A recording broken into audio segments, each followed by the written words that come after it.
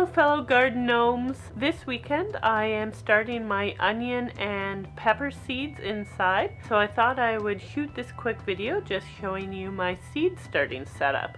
So this table that I have right here is actually an old ping pong table.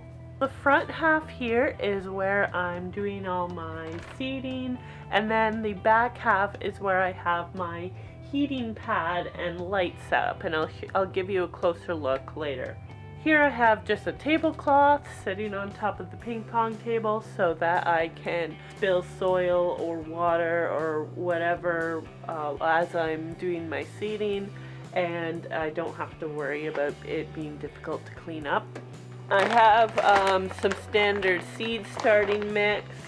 Typically you want seed starting mix as opposed to standard potting mix, because seed starting mix is more suited to actually starting seeds than potting mix is. Potting mix is more for established plants. And here I actually have some potting mix because I was also repotting some of my tropical plants.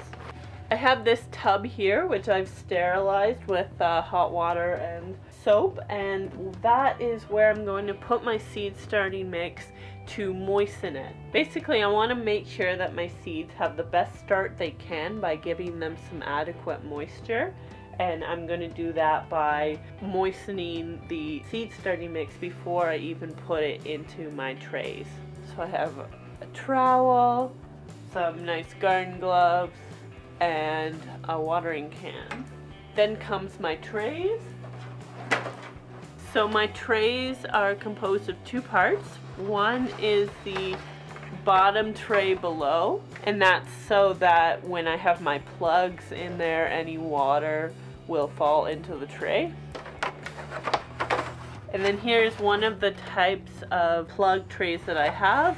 This is a 200 plug tray, 20 by 10. And as you can see, they're quite small. So these will be for my onions, carrots, and parsnips and beets, as well as some greens and potentially flowers as well. I have 3 of those 200 plug trays. I also have a 72 plug tray here. This is kind of neat. This is a hexagonal plug, which is supposed to have some advantages over square plugs. I've never tried it before, so I'll see how it works. Here I have an 18 plug set, and as you can see, they're larger squares. And so these are probably going to be for my peppers, since my peppers will be in here for a long time. I also have some small peat pots and some cow pots, basically for overflow. I've also got a whole bunch of larger pots in the garage for if I need to transplant some more plants. I'm going to be paying very close attention to a lot of my plants to make sure that they don't get root bound, which has happened in past years. And so I might very well be transplanting some of my plants into bigger pots. Lastly, for my seeding section is of course my seeds.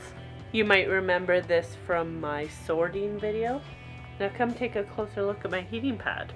So on the other half of my ping pong table is my heating pad and my light setup. The heating pad we actually built ourselves. As you can see, it's much larger than anything you could get from a store. We built it with wood, styrofoam, drywall, and then we covered it with this vinyl covering. Amongst the styrofoam, we have a string of LED lights. I believe we have 3 in here. So that string is winding around the styrofoam.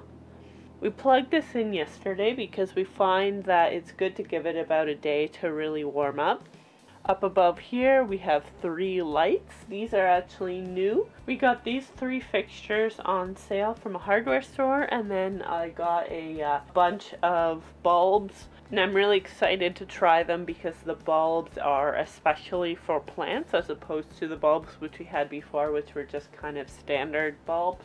Typically we'd use a type of wire that is very bendable, and which allows us to extend the light down so that it's close to the soil and then pull it up as the plants get higher. But we actually ran out of that wire, so currently we just have a sort of jerry-rigged setup with 2 lanyards on each side. So I'm hoping that we can maybe get a bit of wire this week and be able to swap that out, because I don't think we can really lower or raise the lights with these lanyard setups. So that's what I'm using to start my seeds this year. I hope you enjoyed that little tour. Let me know in the comments below how you start your seeds. Maybe you can give me some tips. If you liked this video, please give it a thumbs up. If you want to see more, please hit subscribe, and I'll see you guys in the next video.